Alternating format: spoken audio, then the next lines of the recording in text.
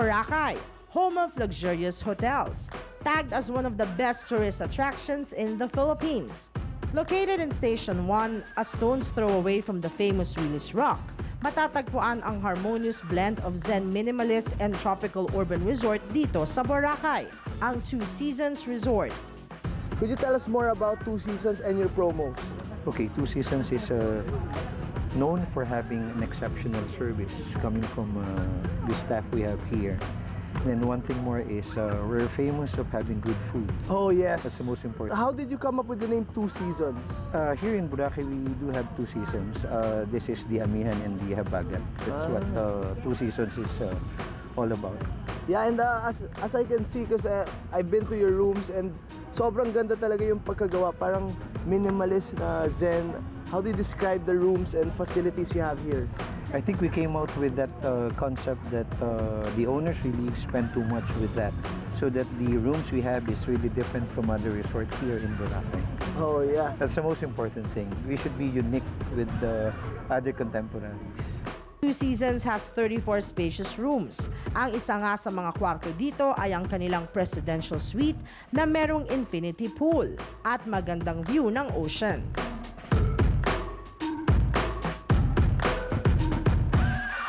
They also have freshwater adult and kiddie pool. Sa beachfront lounge and bar naman kung saan matatagpuan ang Barlow. Meron silang mga private cabanas. At sa ganda ng view, nagpakitang gilas mo na si Kian. Andito na si Kian, andito sa Boracay, kakain na si Kian. Kain na, Kian! Alright, I'm with Chef Ryan at magluluto kami ng special niya. Chef Ryan, tell us what are we gonna cook this evening? Okay, we're going to cook crab gratin. Ooh, sounds hard to make. Ano ba yan? It's simple lang. Okay, first, going to put butter. Oh, nice. Olive oil yan, healthy yan. Okay, so after, going to put the garlic. Yan, garlic. Okay, we're going to put Bell the pepper. Wow, you can see that. Look at that. Okay, and then after, going to put the crab.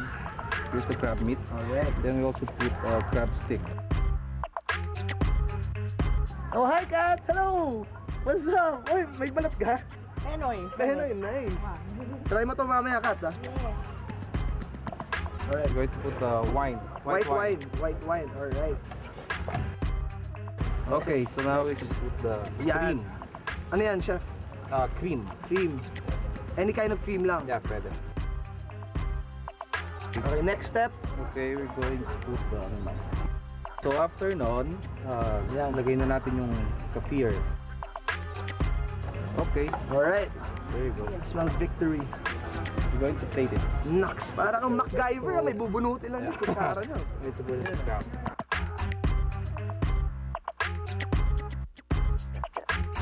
Wow, ano pang ano? Pwede natin Yeah, dadagdag we're pa going tayo? to put the wasabi mayo. Paborito ko talaga yan. Medyo rich din. Kaya yung isa. Torch lang natin. Yeah, so lulutuin kasi noodles. This is the piece le resistance. For the pasta naman, for the tanlong, okay, Chef Sam will show us. Oh, Chef Sam, we have a Okay. treat. Double trouble. So, How's siya it yung going, ano. Chef Sam? Alright. So ito, finished product na to. Add the finishing touches. Ano pang dadagdag natin? Ito naman yung starch ng crab gratin natin. Tanlong. Tanlong. Tanlong.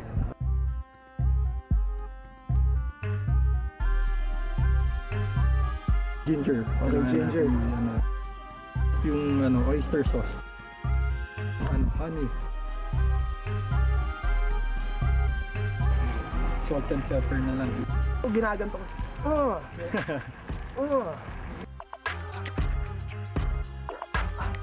Razzle dazzle that.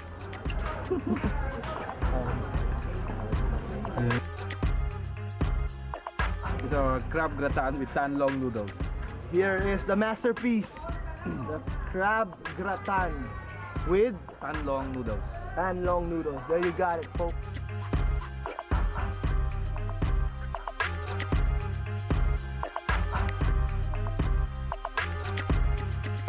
Huwag damihan ng tikim at meron pa silang hinanda na dinner. It's our favorite portion. It's the eating portion. Yes. At nakikita natin napakaganda ng setup. Kumbaga yung pagkain, nakakaganang tignan aside from the maganda yung atmosphere. Kasi yung maganda yung atmosphere, nakakatulong din. Pero ang main event talaga dito, Franzen, ay ang barkada. Yung ambiance, hindi pala atmosphere. Pero medyo malapit na.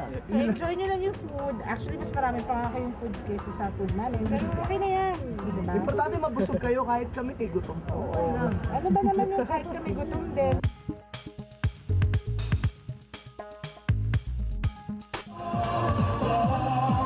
At dahil meron tayong isang katripper na medyo nakalimot sa kanyang sarili, may paggagawa tayo sa kanya. Sino kaya yun? Sino yun? Walang iba kundi si Franzen.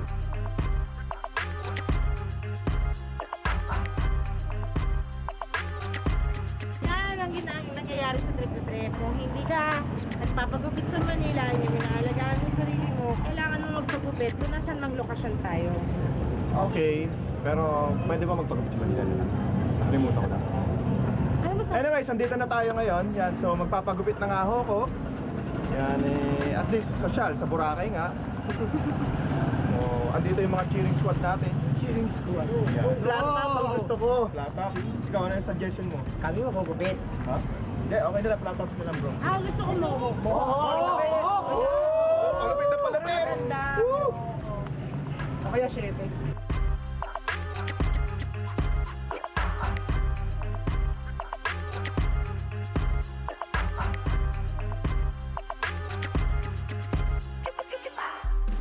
With all these new experiences we gain here, parang bagong Boracay ang nakikilala namin.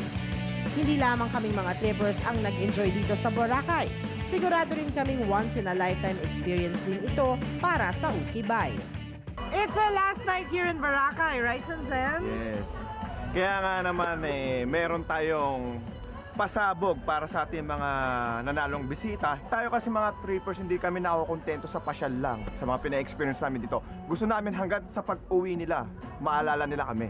At talaga may bibigay ka ba? May bibigay tayo ka. Yan, may bibigay kami, yan. Kaya nga naman ano pa hihintay natin? Ukibays! Parang sad-sad yun naman. Hello, Francen. Okay. Friends, dito ako sa tabi ni Francen. Ayan. Alam mo, hindi tama yung sinabi ni Francen. We are not contented that you guys are gonna go home na wala kayong inuuwi. So first and foremost, ito kasi yung mga to, I'm sure naririnig nyo lagi sa trip na trip, pinapasalamatan namin sila. Tulad ng My Philippines. Ayan. I'll just open it and we'll let you know what's inside. At ito kinaiinggitan tong jacket na to. Request ko na yan. Maganda. Request ko lang yan. See? Sikat yan, jacket yan, sikat yan. That one's super nice. So there you have it. Isa kayo. Ayos na. Yan, 1, 2, Thank you, ma'am. 3. Tigto 2. Thank you, thank you. Thank you. And then also inside this one, we have another one for you. Kung may jacket, may kasama. Yun, maganda rin. Cap. Diba? Nice one. Kumbaga may pang-tag-araw, may pang-tag-ulan. Ayan. And may kasama rin My Philippines shirt na Cebu ang nakalagay. Hindi kami nakarating ng Cebu. May susunod Ayan. kami. There you go. Ayan. Thank you. So, ito na siya. And of course, if you have the jacket, the shirt, and the caps, of course, we have to give you the Thanks, bro. zippers from Tribu. Ayan. Pwede nyo na pinyagan ngayon. There you go. Ano na ang bago? Ayan. Ayop. Nagtatapon na lang. Ayan. Step 1 and pass. Ang ganda ng jacket nila, Brian D. Hi! Maraming salamat sa My Philippines shirt at sa Tribu. Yan. Parang ayaw na suotin ah. Ireregalo mo ba yan? Suotin mo. Oo. Diba? Okay, pero syempre, isang tao lang talaga ang dahilan kung bakit kayo nandito. Syempre, dahil kay Joel. Ay, kay Joel. At kay Bebe Smith. At dahil ikaw ang dahilan ng lahat-lahat, meron kaming special gift for you. Di, bago yan. Dahil ikaw nagsulat at ibigay sa amin na idea kung anong klase yung grupo ninyo. This one is for you from the GE, the digital camera. Suot ko na rin. So, hindi sinusuot yan. Okay. Okay, so, thank you. Ano masasabi niyo kay Kat sa mga staff? Ang bait nila. Ako muna. First of all, thank you sa trip na trip. Kami nabunot nila. And Ate Kat, thank you. Francen and kay Kian. Wala. At saka lahat sa mga nabigay na birthday gift na rin. Kahit lagpas na pero kasi yun nga.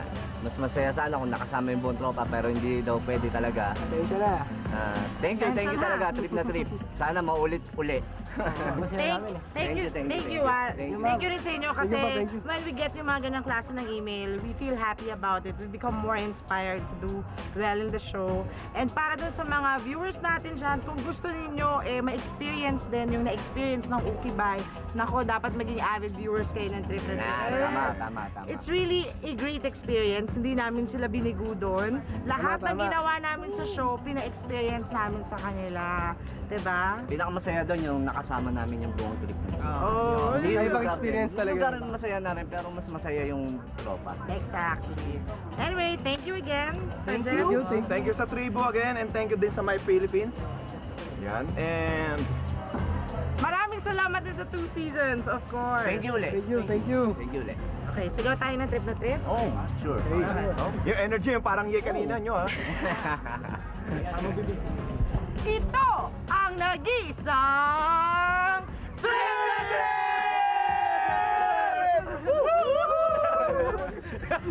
Ngayon 2011, siguradong mas bonggang-bongga ang ating trip. Bakit? Kasi mas makakasama na namin kayo. Tuloy-tuloy pa rin ang paglibot namin mga trippers sa iba't ibang destinasyon. Kaya naman mag-email lamang kayo sa amin sa trippers@bayanpo.com.ph. Dito pa rin sa makulit at paboritong travel show ng bayan na pilit ginagaya. Ito ang nag-isang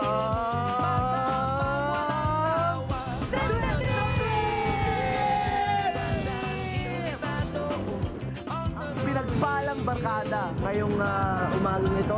At ito sila. Kamusta kayo? Hindi, okay lang. Hindi, biro lang.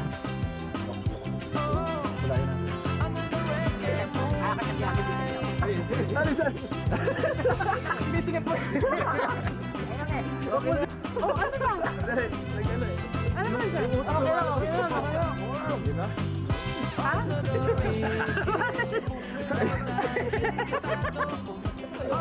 Hindi ko alam, ba't ako tumayo? Tako naman ito.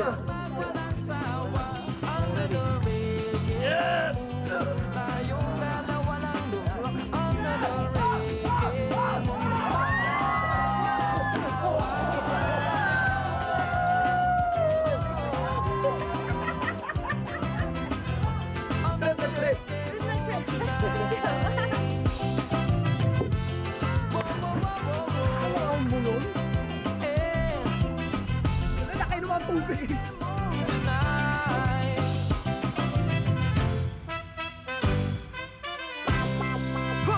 Ang programang ito ay inihatid sa inyo ng Department of Tourism, GSM Blue, Masarap Makihalo.